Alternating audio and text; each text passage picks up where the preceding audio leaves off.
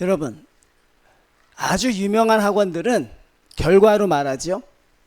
뭐 시설이나 그런 게 아니라 결과적으로 가장 좋은 명문대를 몇 명이나 보냈느냐 하는 게 그 학원의 바로미터가 됩니다. 그리고 그 학원들은 사람들이 들어가기 위해서 줄을 서서 계속해서 가는 것이죠.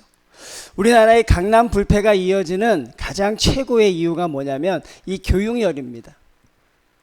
우리가 알고 있는 학원가가 정말 많은 사람들이 거길 가기 위해서, 그렇게 진입하기 위해서 애를 쓴다는 것이죠. 그럼 여러분, 가장 좋은 교회는 어떤 교회일까요? 똑같은 논리를 대입해 보면 하늘나라에 가장 많이 보내는 교회가 제일 좋은 교회입니다. 맞습니까? 뭐 그러진 않겠지만 우리가 하늘나라 가면 하나님께서 교회끼리 헤쳐 모여 만약에 그런다고 한다면, 그럼 정인교회 팻말이 있겠죠? 거기 모이면 우리 다 거기서 볼 수 있을까요? 여러분, 자신 있어요? 거기서 다 볼 수 있을까요? 근데 어느 분이 환상을 봤는데 자기 교회 가봤는데 몇 사람이 없더라는 거예요. 그리고 꼭 있어서 꼭 만날 줄 알았던 사람은 없고, 저런 사람이 하늘나라에 갈까? 그런 사람이 또 앉아있는 걸 보고 충격을 받았다는 것이고, 어느 교회는 목사님이 안 계셔서 당황했다는 그런 교회도 있고요. 하늘나라 가면 그렇게 또 이런 일들이 벌어진다는 것이죠. 우리가 어떤 형편으로 하나님을 믿든지 마지막은 하늘나라의 백성이 돼야 합니다. 너무나 당연했던 그런 논리가 이제는 그렇게 당연하지 않은 시대가 되고 있어요. 여러분, 그렇지 않아요? 성도들이 자꾸 무너져 갑니다. 성도들이 여러 가지 핑계를 대면서 자꾸 약해져 가요. 그리고 결국 자기 합리화에 급급한 성도들이 한국교회를 채워가고 있지요. 어느 누구도 하나님을 향해 생명을 걸라고 하지 않습니다. 어느 누구도 하나님을 향해 인생을 걸라고 하지 않습니다. 제가 금요일날 말씀드렸듯이 하나님은 그저 우리 인생의 조력자 정도의 위치만 계시기를 바란다는 것입니다. 하나님, 내가 이런 일 하겠으니 하나님 도와주십시오. 잘 되게 하시고 하나님, 그저 하나님 뒤에서 잘 지켜봐 주십시오. 그래서 우리의 신앙이 자꾸 망가지고 무너진다는 것입니다. 한국 기독교가 이렇게 이 자리에 올 수 있었던 건 생명을 걸었던 성도들 때문인데, 오늘날 그 누구도 생명을 걸라고 하진 않습니다. 오늘 우리는 성경에서 아사왕이라는 또 한 인물을 찾아보게 됩니다. 아사왕은 남쪽 유다의 6대 왕입니다. 사울 왕부터 시작하면 6대 왕이고, 분열된 왕국부터 시작하면 르호보암 다음에 다음 3대 왕이죠. 그러니 누구냐면 르호보암의 손자입니다. 드디어 남쪽 유다에 선한 왕이 등장을 하게 돼요. 남쪽 유다 땅에 드디어 성군이 등장합니다. 그 이름이 바로 아사 왕입니다. 하나님께서 아사 왕을, 이스라엘 통치를요 무려 41년을 하게 하십니다. 지난주에 혹시 기억하십니까? 므낫세 왕은 몇 년을 통치했죠? 예? 정확하게 말씀 안 하시네. 그렇죠? 자, 55년입니다. 근데 므낫세 왕은 왜 그렇게 오래 통치하게 하셨죠? 회개할 기회를 주려고 오래 살게 한 거예요. 근데 아사 왕도 오래 통치했지만 아사 왕은 그 경우가 달라요. 하나님에게 너무나 잘했기 때문에 하나님은 아사 왕을 41년간 두십니다. 그러니까 우리도 생각해 볼 수 있을 것 같아요.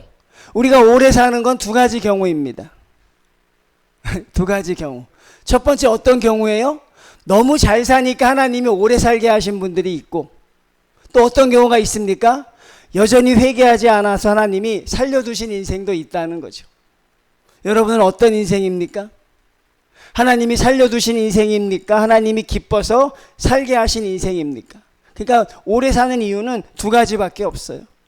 하나님의 마음에 합한 자로 살았거나, 아니면 여전히 회개하지 않고 있거나. 그럼 내가 장수하려면, 내가 오래 살려면 그 중에 하나만 택하면 됩니다. 여러분이 어떤 걸 택할지는 여러분 자유로 택하시면 돼요. 이 아사 왕은 너무나도 훌륭한 왕이었습니다. 여러분, 얼마나 이 왕이 훌륭했는지 역대기에서 무려 3장을 이 왕에게 할애하고 있습니다. 한 장 한 장이 귀한데 무려 3장을 이 왕에게 다 주고 있어요. 그리고 여러분 역대하 14장을 보면 너무나도 하나님이 이 왕을 사랑했다는 말이 나와요. 역대하 14장 2절을 보면 아사가 하나님 여호와 보시기에 선과 정의를 행했다. 사람이 보기에가 아니라 하나님 보시기에. 이런 왕이 있었습니까? 성도님들, 우리가 하나님 보시기에 이런 모습을 가질 수 있을까요? 사람의 눈은 우리를 잘못 판단할 수 있지만 아사 왕은 하나님 보시기에 선과 정의를 행했다는 건 이 말 한마디로 끝난 거예요. 이 사람이 어떤 사람인지. 아사 왕은 제일 먼저 종교 개혁을 계약합니다. 왕이 될 때마다 항상 제일 먼저 하는 것은 종교 개혁입니다. 좋은 현상이 아닙니다. 여러분, 바람직한 현상이 아니에요. 왕이 되는 사람마다 제일 먼저 개혁을 하면 우상을 먼저 타파했어요. 우상이 얼마나 많았는지, 이스라엘에 얼마나 우상이 깊었는지 알겠습니까, 여러분? 왕이 되자마자 모든 왕이 제일 먼저 하는 것은 우상을 타파하는 거였어요. 그 많은 바알과 아세라상을 다 찍어내는 일, 그게 왕의 첫 번째 임무였어요. 얼마나 우상이 이스라엘 땅에 만연했는지 바알과 아세라상을 찍어내면 하나님이 그 왕을 선하다고 했어요. 얼마나 그 사회가 썩어가고 있었는지 우리는 주목해야 합니다. 그때 그렇게 우상이 많았는데 지금 대한민국의 우상은 얼마나 많겠어요? 그때는 아주 단순했지만 지금은 수많은 성도들이 오늘도 끊임없이 자기들의 우상을 만들어내고 있습니다. 아사는 그렇게 종교개혁을 감행합니다. 그리고 여러분, 아사가 개혁했던 것 중에 가장 큰 주목할 점이 있어요. 그게 무엇이냐면 그의 어머니 마아가가 우상을 섬겼어요. 여러분, 가장 사랑하는 어머니가 우상을 섬겼는데 아사 왕은 어떻게 합니까? 그 어머니를 당연히 폐위시켜버려요. 그런 왕이 없었어요. 자기의 부모님들은 조금 형편을 두고 여유를 두고 했는데 아사 왕은 어머니가 우상을 섬기자 황후의 자리에서 폐위해버립니다. 그리고 이스라엘 백성에게 우상 섬기지 말 것을 선언하고 선포합니다. 그러자 그 땅에 평안이 찾아오기 시작해요. 여러분, 아사 왕과 솔로몬 왕의 차이점이 있어요. 솔로몬은 우리가 자세히 살펴봤지만 솔로몬이 전쟁했다는 구절이 없지요. 참 그게 의아하죠. 솔로몬은 다른 나라와 싸워본 적이 없어요. 싸울 일이 없었어요. 왜냐하면 하나님께서 모든 걸 다 해결해 주셨기 때문에. 알아서 그들이 와서 고개를 숙이고 알아서 그들이 와서 솔로몬 왕 앞에 발 앞에 기었어요. 솔로몬은 전쟁을 한 번도 하지 않은 평화의 왕이었어요. 그래서 솔로몬의 이름이 샬롬, 평화의 왕이라고 했죠. 근데 아사 왕을 우리가 역대하 14장에서 보면 평안의 시대라고 이야기합니다. 근데 놀랍게도 아사 왕은 끊임없는 전쟁을 했습니다. 여기서 우리가 평안이라는 것을 배워야 돼요. 처음에 단순할 때는요, 평안을 주십시오라고 하면 하나님, 나에게 좋은 환경과 형편을 주십시오라고 그렇게 해석이 됐어요. 처음에는 우리가 그러잖아요. 하나님, 나에게 평안함을 주십시오라고 하는 것은 무엇입니까? 가정도, 내가 다니는 직장도, 나의 자녀들도, 우리 부모님도 다 평안하게 해서 하나님 나를 평안하게 해주십시오라고 해석이 됐지요. 근데 아사 왕을 보면서 우리 해석이 좀 달라지기 시작합니다. 아사 왕은 끊임없는 전쟁을 통해서도 평안할 수 있었다는 것입니다. 그래서 우리는 여기서 한 가지 깨닫게 되는 것이죠. 평안이라는 것은 환경이 넉넉한 것이 아니라 고통과 고난 가운데서도 하나님의 위로하심이 더 큰 게 평안입니다. 걱정이 크냐, 근심이 크냐, 아니면 하나님에 대한 믿음이 크냐, 믿음이 큰 사람은 평안함을 누릴 수 있어요. 많은 사람이 죽어나가는 고통과 고난 가운데서도, 뼈를 깎는 고통 가운데서도 그는 평안할 수 있어요. 그런데 어떤 좋은 환경에서도 하나님을 믿는 믿음이 약하면 그 영혼은 평안할 수 없지요.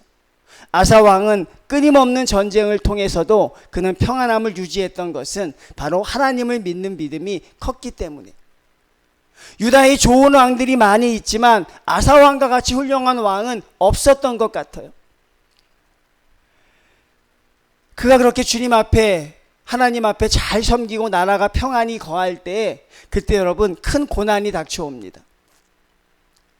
여러분, 내가 하나님 앞에 잘하고 있을 때, 그때 고난이 닥쳐올 때 그 고난은 우리의 성도들을 당혹하게 하죠.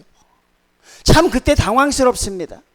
하나님의 뜻대로 잘 살고 내가 하나님의 성도로 열심히 정말 최선을 다해 살아내고 있는데 내 인생에 고난이 닥쳐올 때 우리는 그때 참 당황스럽지만 아사왕의 모습을 보면 놀랍게도 여러분, 그때 그 고난은요 하나님이 복을 주시기 위한 수단으로 바뀌어요. 좀 자세히 설명해 드릴까요? 역대하 14장부터 보면 아사왕이 평안함에 거할 때 저 아프리카 쪽에서요 100만 대군을 이끌고 쳐들어옵니다. 100만 대군뿐 아니라 엄청난 병거와 무기를 가지고 쳐들어와요. 근데 아사왕은요 전혀 긴장하지 않아요. 여러분, 참 놀라운 일이죠. 그렇게 여러분, 용맹스러운 군대와 용맹스러운 나라가 쳐들어와서 숫자로 압도하는데 아사왕은 여러분 전혀 긴장하지 않습니다. 그리고 여러분, 하나님 앞에 평안한 마음으로 이렇게 기도합니다. 그게 아사왕의 너무나도 유명한 기도, 역대하 14장 11절입니다. 제가 한번 읽어드리겠습니다. 아사가 그의 하나님 여호와께 부르짖어 이르되, 여호와여, 힘이 강한 자와 약한 자 사이에는 주밖에 도와줄 리가 없사오니 우리 하나님 여호와여, 우리를 도우소서. 우리가 주를 의지하오며 주의 이름을 의탁하옵고 이 많은 무리를 치려 왔나이다. 여호와여, 주는 우리 하나님이시오니 원하건대 사람이 주를 이기지 못하게 하옵소서. 여러분, 그 엄청난 위기 가운데 아사는 이런 기도를 드립니다. 하나님, 천하에 약한 자와 강한 자 사이에 하나님은 우리를 도우시는 자인 줄 믿습니다. 하나님, 하나님을 의지합니다. 하나님, 우리를 도와주셔서 이 나라가 하나님의 나라임을 알게 하여 주십시오. 어떤 왕도 이런 위대한 기도를 드리지 못했던 것 같아요. 근데 아사왕은요 그렇게 기도합니다. 그리고 나가서 전쟁을 해서 있잖아요, 100만 대군을 무찌릅니다. 그리고 여러분, 성경에 보면 그 노략물, 전리품이 어마어마했다는 거예요. 여기서 우리가 한 가지 또 깨닫게 되는 게 무엇입니까? 하나님을 잘 믿던 아사왕에게 주신 고난은 고난이 아니라 하나님께 의지하면 그게 축복이 된다는 것이죠. 100만 대군이 왔으니 얼마나 많은 전리품을 거두었겠어요. 아사왕은 그 전리품으로 나날이 부요하고 부강해집니다. 근데 사람이 여러분 항상 그런 단계를 거쳐가지 아시죠 여러분? 제가 여러분에게 여러 번 말씀드렸습니다. 하나님이 주시는 형통 가운데서 형통함이 길면 사람들은 어떻게 됩니까? 교만하고 사람들은 무너지게 돼 있어요. 아사왕이 100만 대군의 전쟁에서 승리를 이끌고 수많은 노략품을 가지고 입성할 때에 웬 무명의 선지자 하나가 아사왕의 길을 막습니다. 이름도 없는 선지자예요. 오늘날로 따지면 목사도 아니라 그저 신학교에 다니는 학생 정도 하나가 와서 왕에게 이야기합니다. 왕이여, 왕이 하나님의 말씀을 잘 따르면 이 나라가 더욱더 강대해질 것입니다. 그러니 절대로 우상을 섬기지 말고 하나님을 섬기십시오. 한 선지자가 아사왕에게 그렇게 말합니다. 모든 것을 누렸고 백성들의 존경을 받던 이 왕이 한 무명 선지자의 고백 앞에서 그 말씀 앞에 순종합니다. 맞습니다, 선지자님. 당신의 말대로 내가 따르겠습니다. 그리고 도착해서 있잖아요, 그 승리에 만끽하지 않고 또다시 종교개혁을 합니다. 여러분, 훌륭해요, 훌륭하지 않아요? 훌륭합니다. 이렇게 훌륭한 왕이 찾아봐도 없어요. 근데 그 인생의 반전이 오늘 저희가 읽었던 16장에서 시작이 돼요. 무슨 일이 있었던 걸까? 어떤 일이 있었던 걸까요, 여러분? 아사에게 어떤 일이 있었기에 사람이 이렇게 변했을까? 16장 한번 봅니다. 아사왕 제36년에, 그러니까 41년을 다스렸는데 35년간은 최고의 왕이었습니다. 36년에 이스라엘 왕 바하사가 유다를 치러 올라와서 라마를 건축한지라. 여러분, 구수의 100만 대군과 비교하면 아주 적은 숫자입니다. 그것도 어떤 나라입니까? 이스라엘, 국경을 맞대고 있는 북쪽 이스라엘입니다. 그 이유도 아주 간단했어요. 오늘날도 우리를 보면 북한 사람들이 남한에 끊임없이 넘어오려고 하죠. 왜? 남한이 잘 살고 평안하니까. 그 당시에도 그랬어요. 북쪽 이스라엘이 남쪽 나라가 평안하니까 계속해서 넘어오는 거예요. 북쪽 사람이. 그 남쪽 유다인은 북쪽 사람들이 계속 넘어와서 점점 숫자가 많아지기 시작했죠. 그러니까 북쪽 이스라엘 왕이 그것을 막기 위해서 그 넘어가는 통로 라마라는 곳에 성을 건축해서 넘어가지 못하게 합니다. 위협이 되지도 않는 일이에요. 그리고 이스라엘은 그 당시에 남쪽 유다에 비하면 대단한 나라도 아니었어요. 근데 여러분, 갑자기 아사 왕이 안 하던 행동을 하게 돼요. 2절 봅니다. 아사가 여호와의 전 곡간과 왕궁 곡간에 은금을 내어다가 다메섹에 사는 아람 왕 베나닷에게 보내어 이릅니다. 우리가 가장 보기 싫어하는 장면이 또 아사에게서도 우리가 겹침을 보게 돼요. 그렇게 잘 참아왔던 왕이 어떤 일이 있었길래, 정말 무슨 일이 있었길래 갑자기 왕이 돌변해서 하나님 앞에 기도하지 않습니다. 백만 대군 앞에서도 약한 자와 강한 자의 하나님을 이야기하며 외쳤던 그 아사 왕이 이제는 어떡합니까? 하나님의 곡간을 털기 시작합니다. 성전에 들어가서 곡간의 모든 걸 다 털기 시작합니다. 자기 걸 드리지도 않아요.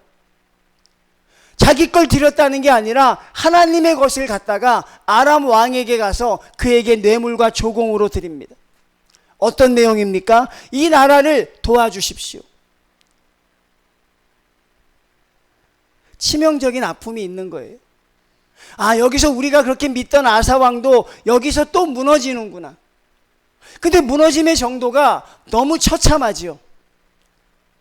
성도들이 무너지면 조금 무너지는 경우는 없더라고요. 성도들이 무너지면 완전히 엉망진창이 돼서 무너져 버려요. 어떻게 그렇게 할 수 있었을까, 여러분? 참 그게 의아하죠.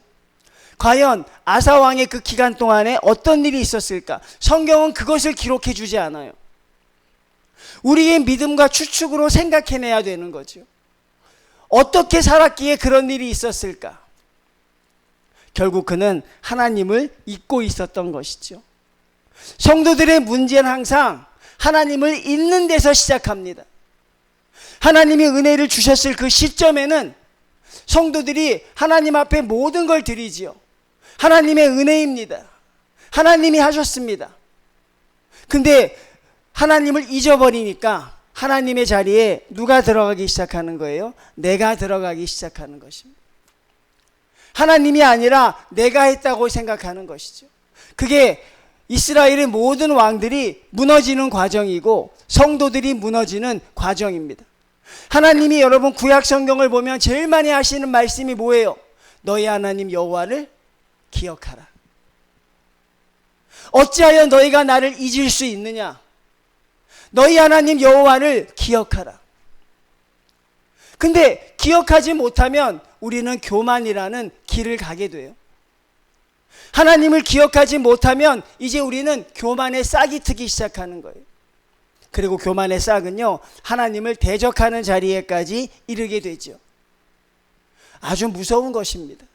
하나님이 우리 귀에 인이 박히게 하신 말씀이 있어요. 너희야 창조주 하나님을 기억하라. 기억하지 못하면 죽는 거예요.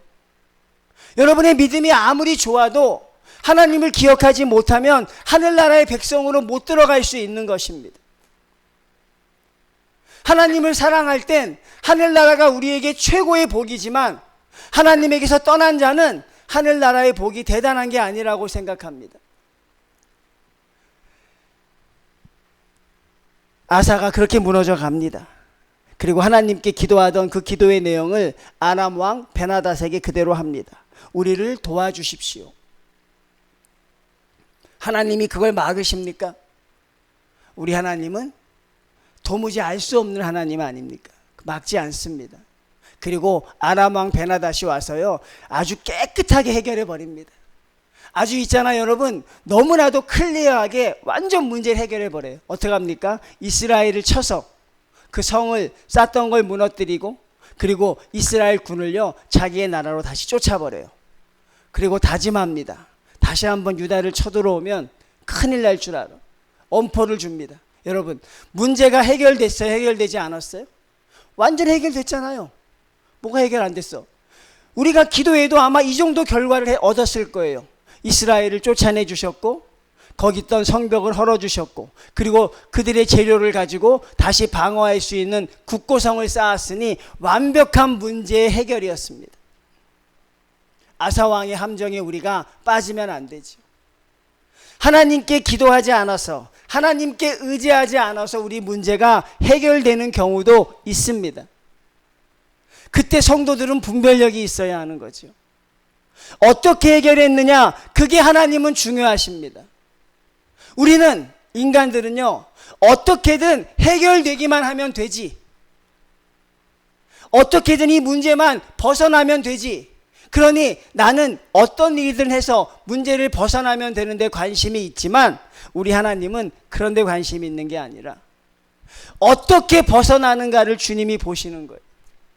인간적인 방법을 동원해서 그 문제를 벗어나는가, 아니면 앞에 100만 대군이 쳐들어왔을 때 그때처럼 하나님을 의지해서 벗어나는가.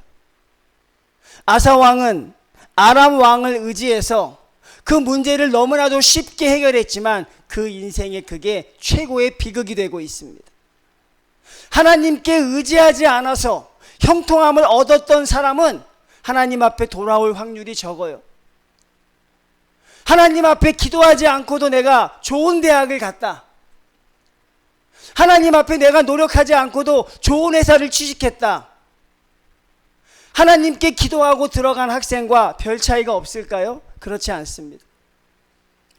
우리는 결과가 중요한 게 아니라 하나님은 과정을 보신다는 거예요. 얼마나 기도하며 엎드렸는가, 얼마나 하나님을 찬양했는가.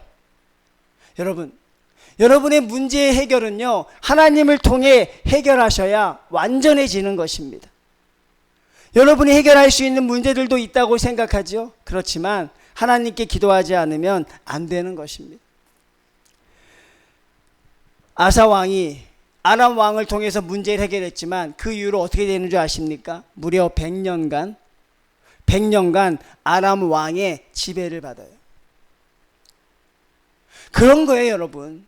내가 해결하라고 손을 내밀었던 하나님이 아닌 다른 것은 결국 나에게 장애물이 되는 거예요. 어떻게든 문제를 벗어나기 위해서 하나님보다 더 빠를 것 같고, 하나님보다 더 잘해줄 것 같고, 기도하는 것보다 더 확실할 것 같아서 내가 거기에 손을 내밀어서 잡으면 설사 문제가 해결된다고 하더라도, 그건 그 사람에게 있어서 축복이 아니라 그 사람의 인생의 징계의 시작이 되는 것이죠.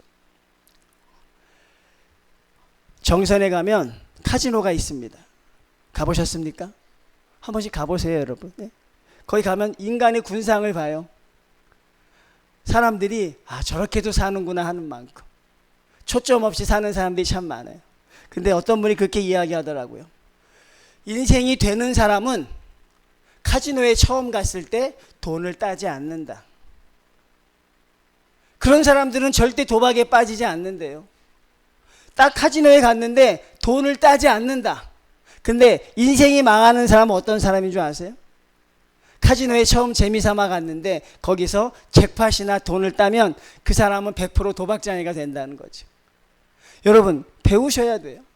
하나님이 아닌 것으로 내가 해결해서 만족하는 것이 아니라 그 문제를 해결했던 게 하나님이 아니라 다른 것이라면 그 사람은, 그 해결의 수단은 내 인생에 있어서 장애물이 된다. 저는 짧은 인생이지만 그것을 많이 경험하게 됩니다. 하나님 의지하지 않고 사람을 의지했을 때 나중에 그 사람이 나에게 어떤 존재로 다가오는지 우리는 알게 됩니다. 아사왕의 실수는 바로 그거였어요. 하나님을 의지했던 사람이 하나님이 아니라 아람 왕을 의지해서 문제를 해결했지만 무려 100년간 성도들의 이 작은 선택이 얼마나, 왕들의 작은 선택이 얼마나 큰 어려움을 가져오는지 알죠?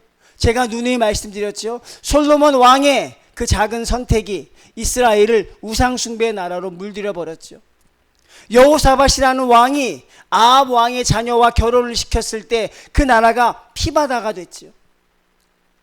아사 왕이 아람 왕을 의지했을 때 아람 왕의 지배를 받으며 무려 100년간 그렇게 살아갑니다. 여러분이 깨어있지 않으면 어떠한 상황에서도 여러분은 하나님을 통해 그 위기를 극복해 나가셔야 돼요. 힘들고 어려워도 하나님을 통해 해결하셔야 됩니다. 근데 좀 더 빠른 길이라고 해서 다른 것과 손잡으면 여러분은 헤어날 수 없는 그런 길로 접어들게 되죠. 7절에 보면 선지자 하나니가 등장을 합니다. 아주 유명한 선지자입니다. 그리고 왕에게 이렇게 이야기합니까? 왕이여, 왜 하나님을 의지하지 않습니까? 당신의 인생 35년이 하나님과 함께 했던 인생인데 왜 그렇게 하지 않으십니까? 구스의 100만 대군 앞에서도 왕은 하나님을 의지했습니다. 그들의 심히 많은 병거 가운데서도 왕은 하나님께 기도했습니다. 근데 어찌하여 왕 지금 하나님을 의지하지 않고 사람을 의지합니까? 아람 왕이 하나님보다 큽니까? 여러분, 구구절절이 옳은 말을 해요. 근데 망하는 사람은 제가 뭐라 그랬어요? 경고에 돌이키지 못해요. 하나님이 주시는 마지막 경고에 돌이키지 못합니다. 솔로몬 왕이 그랬고요. 사울 왕이 그랬고 요아스 왕이 그랬고 다 그랬어요. 하나님은 마지막에 사랑하는 자들을 위해 경고하십니다. 그렇게 살지 말라고 이야기합니다. 근데 아사 왕은 이미 마음이 돌아섰어요. 그리고 그는 어떤 행동을 합니까? 자기를 향하여 충언을 하는 선지자를 어떻게 해요? 옥에 가두어 둡니다. 요아스 왕은 어떻게 했어요? 자기의 평생의 은인이었던 그 아들을 죽이는 일까지 했죠. 결국 성도들이 교만해지면, 하나님을 바라보지 못하면 자기만을 바라보는 인생이 됩니다. 10절 한번 볼까요? 아사가 노하여 선견자를 옥에 가두었으니. 제가 지난주 금요일날 뭐라고 설교했어요? 교만하게 되면 제일 처음에 다가오는 감정은 분노다. 여러분 가운데 분노가 있으면 여러분은 교만한 사람입니다. 내가 교만한가 교만하지 않은가, 내 안에 분노가 있는가 없는가, 그걸 보시면 돼요. 근데 보십시오 여러분, 정확하죠? 아사가 그 전까지 보면 노했다는 말이 없어요. 근데 아사가 교만해지니까, 하나님의 앞에서 그 하나님의 영이 가리워지니까 크게 노하여 선견자를 옥에 가둡니다. 그리고 그는 자기가 하던 행동을 하게 되죠. 그 훌륭하던 왕이 왜 이렇게 됐을까? 어떤 시점에서 그는 무너져 갔을까? 하나님은 그에게 너무나도 긴 평안을 주신 게 아닌가? 그런 생각을 하게 되죠.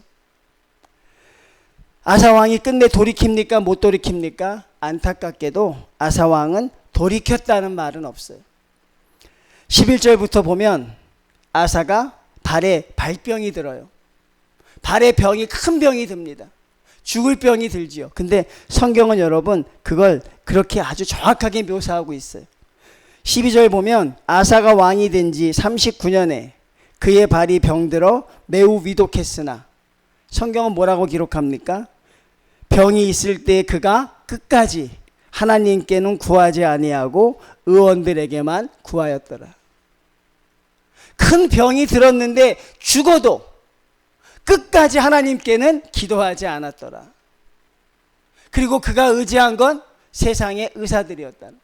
하나님 필요 없다는 것입니다. 그 기도의 사람이, 하나님을 향한 그렇게 신실했던 사람이 어떻게 이렇게 무너져가며 그 인생을 마무리하는가?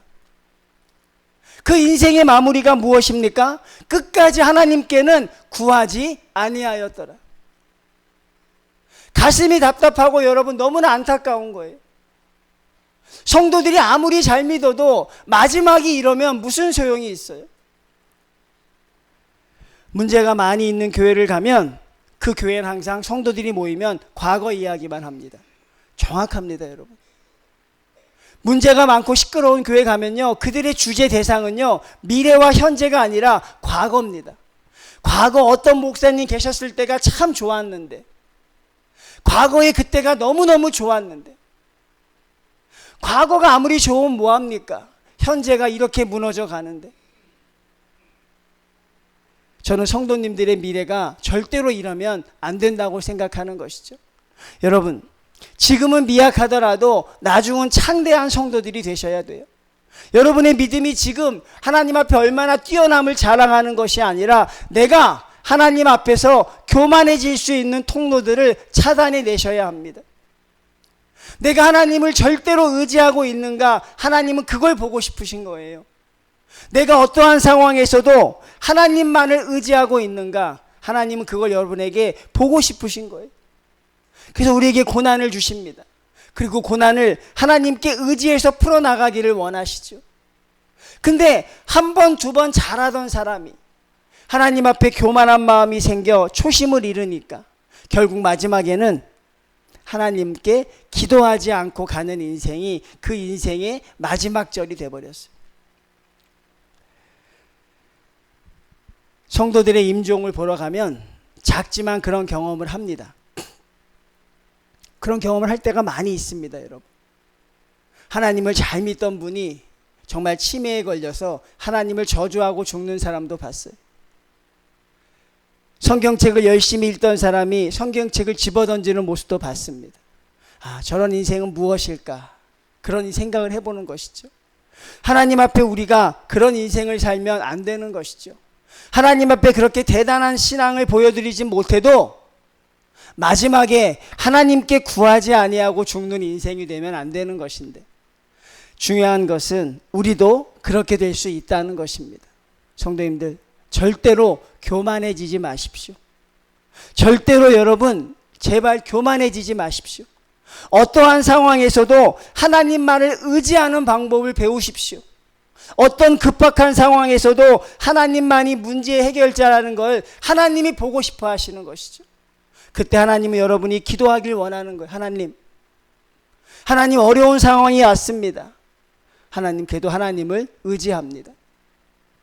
여러분, 약한 자와 강한 자 사이에 나를 구하실 분은 하나님밖에 없었다는 그 위대한 기도를 통해 이스라엘 전역을 믿음으로 물들였던 사람이 마지막에 하나님께 구하지 아니하고 죽었다는 사실은 너무나도 충격적이죠. 성경이 이걸 왜 기록했겠습니까? 너희는 제발 이렇게 되지 말아라. 여러분의 현재는 여러분의 미래와 비교할 수 없이 여러분의 현재가 더 좋으면 안 돼요. 미래가 훨씬 더 아름다워야 돼요. 우리 한번 지켜봅시다. 나날이 신앙이 성장해 가는지, 나날이 하나님 앞에 좋은 성도가 돼 가는지, 아니면 교만하여서 하나님께 구하지 않는 성도가 되시는지.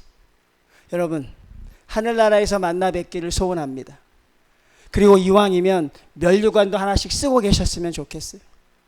턱걸이하는 인생이 아니라 면류관 쓰시고 하나님 앞에 당당한 성도로 서시기를, 여러분, 우리는 서로 기도하며 그날까지 열심히 하나님께 전진하는 성도들이 되시기를 주님의 이름으로 축원을 드립니다.